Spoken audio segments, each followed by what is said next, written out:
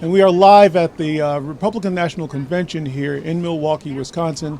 And I'm joined now by Cenk Uygur. And I am so glad to see you. I walked in earlier today and I saw you here, and first thoughts, what's a progressive like you, a nice progressive like you, doing here in the halls of Republican mania right now? So Young Turks is the longest running online show in history. And so we've covered every convention since 2004 because we were formed in 2002. So both RNC and DNC.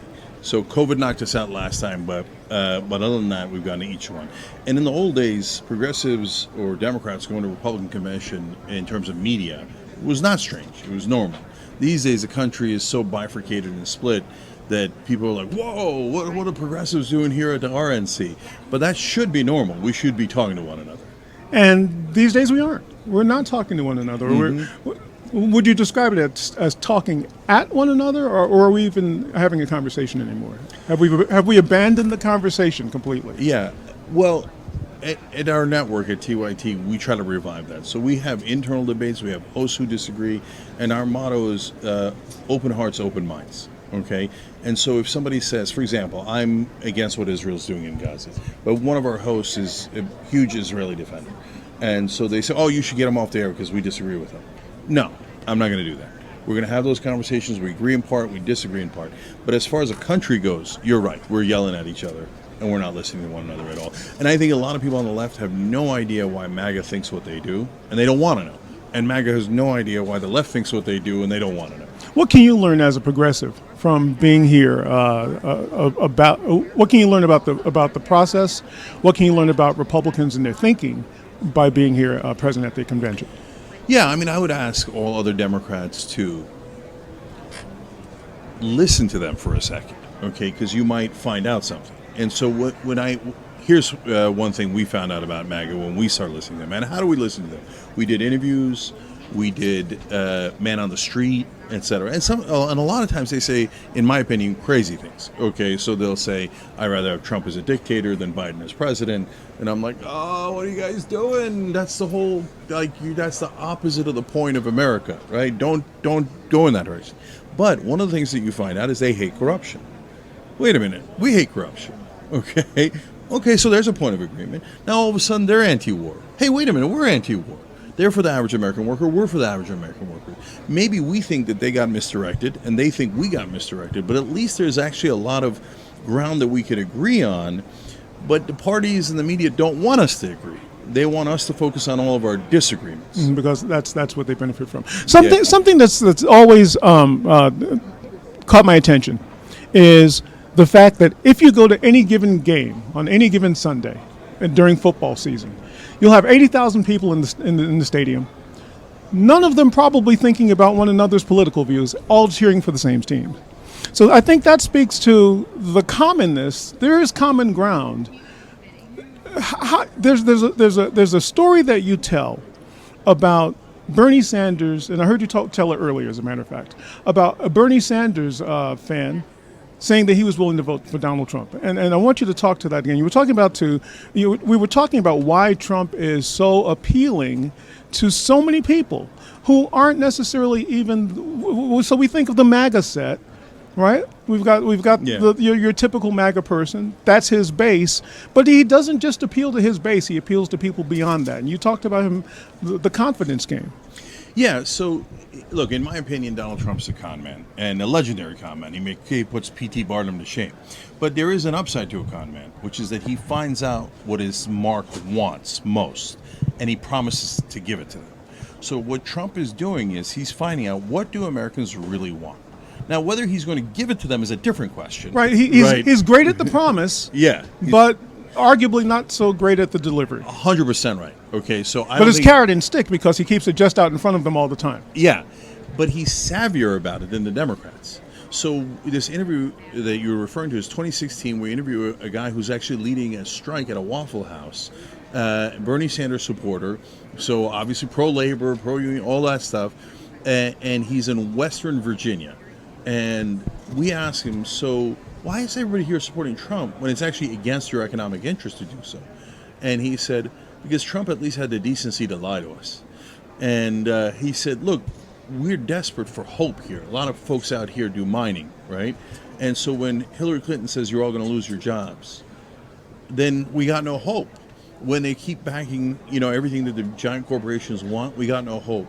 At least Trump is selling us hope, right? And that guy is savvy enough to know that it was false hope, but even false hope is better than no hope.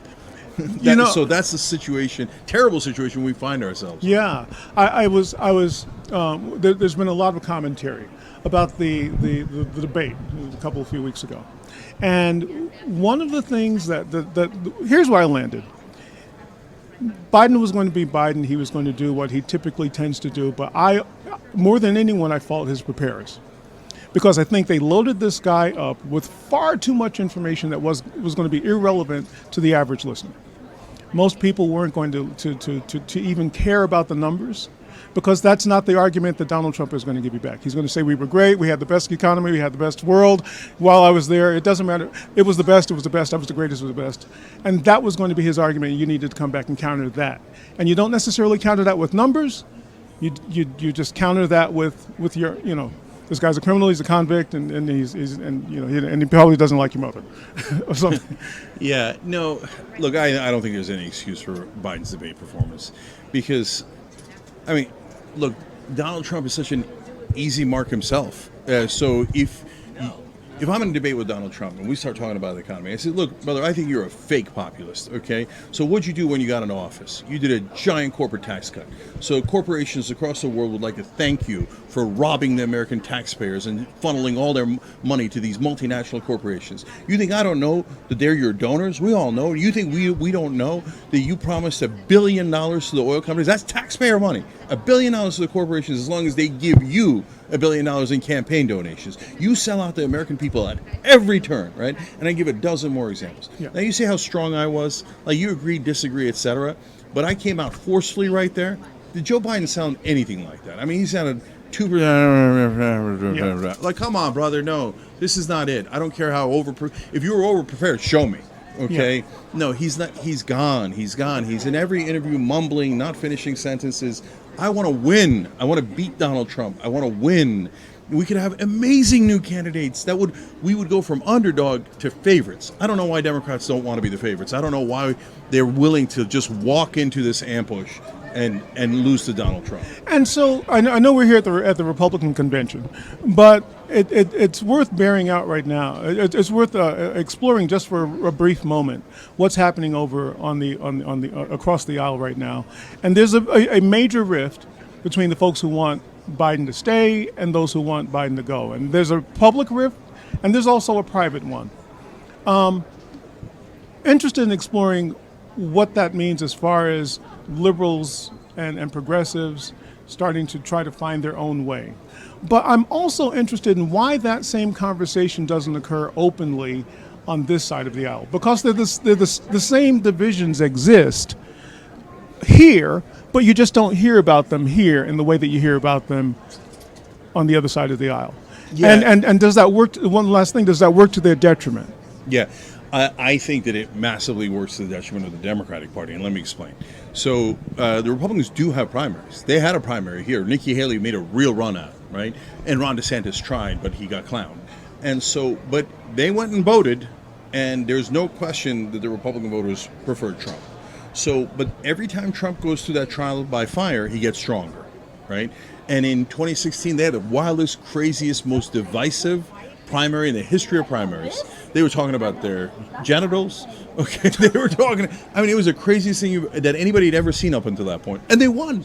And they won. So there's this wrong-headed thinking in the Democratic Party that we should not have primaries, that we should have unity. Okay, yeah, well, who are we going to have unity around, though? Wait a minute, that's a trick. So what if I said, okay, we should have unity around Bernie Sanders? Then all of a sudden the rest of the Democrats go, no, I don't want unity. Oh, that's what I thought. So you don't want unity. You want compliance and obedience, okay? Yeah. And that is bad for the party because it produces very weak candidates. So this time around, we barely had a primary. I know because I was in it. Okay, they canceled the Florida election. That's completely. Right. You were. Yeah, and I ran against Biden. Won, not because I thought I had a great chance of winning, but because I was desperate for another candidate. What did you learn from that process? What I learned from that process is Democrats don't actually believe in democracy. They talk a big game. But now they're handing the election to Donald Trump. And now Gavin Newsom and the other guys are having conversations about what they're going to do with their strategy in 2028. Brother, I thought you said there wasn't going to be a 2028. So, okay, do you mean it or don't you? I mean it. I'm worried about democracy. I want to win now. We got to win now. So give me Wes Moore. Give me Andy Beshear. Give me Gretchen Whitmer. Give me Reverend Warnock. Give me strong, dynamic Democrats, and I'll give you an election where we beat Donald Trump. You know, I feel like I'm having a case of deja vu here right now, because I had this exact same conversation last night with one of our other hosts, Wilmer Leon, who you're playing the role of Wilmer right now. So just wanted you to know. and so look. Since Biden, imagine if they had held a real primary. So what do I mean by a real primary? Other than they literally canceled elections. I mean, that is not what a primary is supposed to be. That's not what a democracy is. But what if they had a debate? And they're like, oh, the president, he's above debating. Well, we would have found out 9 months ago that he can't debate. Yeah, and that he's in mental decline. Right, because, does it sound like he could have withstood a debate with me? Right? And so I'm just a talk show host online. If you can't beat me, you can't beat Trump, and you can't be the president. Sorry. The Democratic candidates should be so strong that they have no problem dispensing it with me and Dean Phillips and Marianne Williamson and RFK Jr.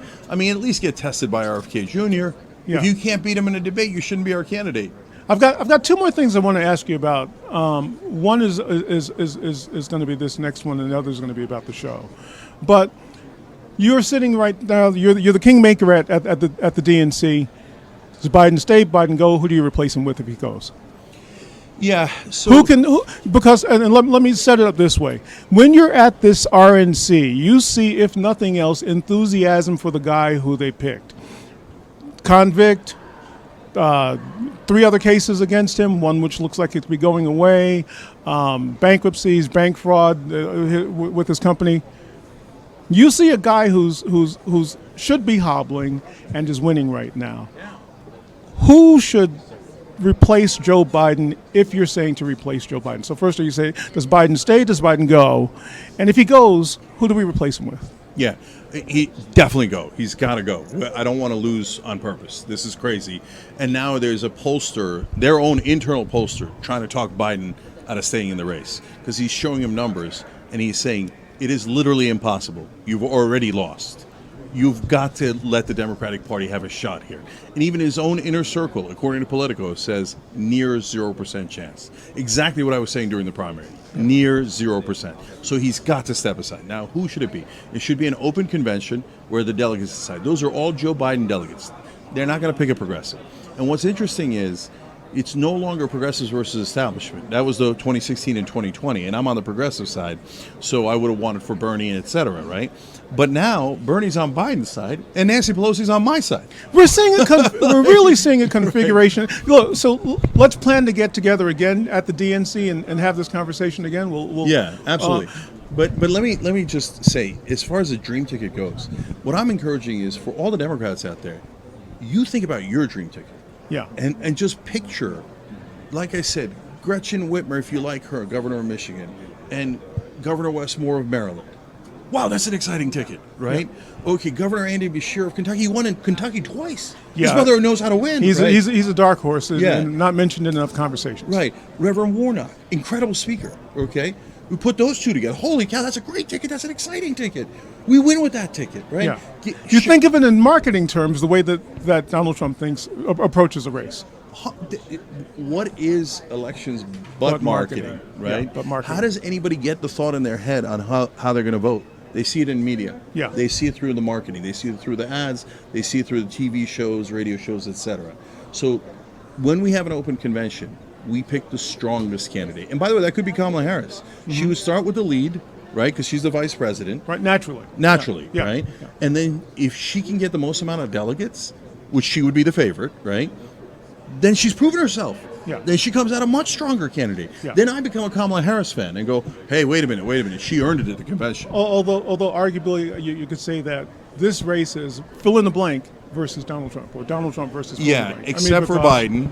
Except for Biden. And I am a little worried about Kamala Harris because they both have trouble finishing a sentence. There's a lot of word salads out there, right? Yeah. Like Reverend Warnock is an infinitely better speaker than Kamala Harris. Yeah. So why don't we pick better speakers? Yeah. And Kamala used to be strong. She was Attorney General. She was, so it's not. She's perfectly smart, but there's something off in all of her appearances, and folks know it, and that's why they're nervous. This is going to be about appearance. Yeah.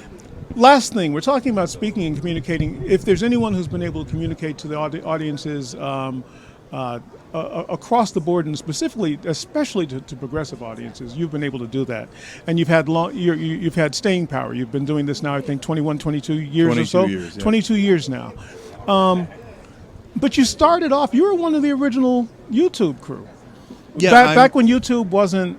No one knew what this new technology, new platforming was going to be. Yeah, Young Turks actually the first ever YouTube partner. So Yeah. I am the original YouTuber. Yeah. Yeah. What? So Politics and Color. We've been around for a while now, since 2008, as a matter of fact. We're doing a bit of a reboot here, especially now with convention and what an election season to really get rebooting here. What sort of advice would you give to this platform and other platforms and other people who would want to have an influential voice right now, when you'd say, so first of all, have we reached the point of saturation, or what is the opportunity now for people like this platform and others who might want to have something to say about who their elected officials are going to be? Yeah, that's a great question. And so a couple of important points here. Number one, be authentic. Do not do talking points and partisan stuff, right? Because in the old world, I was an anchor on MSNBC. I was an anchor in cable news. People would do partisan talking points, and that was it. The Democrats would say this, the Republicans would say that. They'd all repeat it one after another after another. In the new world of online media, nobody wants that. No, that's totally inauthentic, right? Mm-hmm. So be authentic. Whatever your real opinion is, give it to them, okay? And so the audience is going to appreciate that 100 times more. Because audiences can read authenticity. 100%. 100%. And that's why even in this building, people are like, man, you're the only honest one. And so I appreciate that because they can tell, right? Because I don't BS them and I give it real. And I tell them, this is my real opinion. It's a strong opinion, right? Yeah. But I'm trying to get there through an authentic way. And don't believe in authority figures. Excellent. We're the Democrats. We're supposed to challenge authority. We're not supposed to blindly follow what authority figures say. Oh, the head of the DNC said it. Who cares? That's just a guy, okay? And that's a guy with his own interests that wants to protect his own friends and his own allies. No, don't listen to authority. Listen to yourself. Make the right judgment calls for yourself. I would say that to the audience, and I would say it to any host that's online.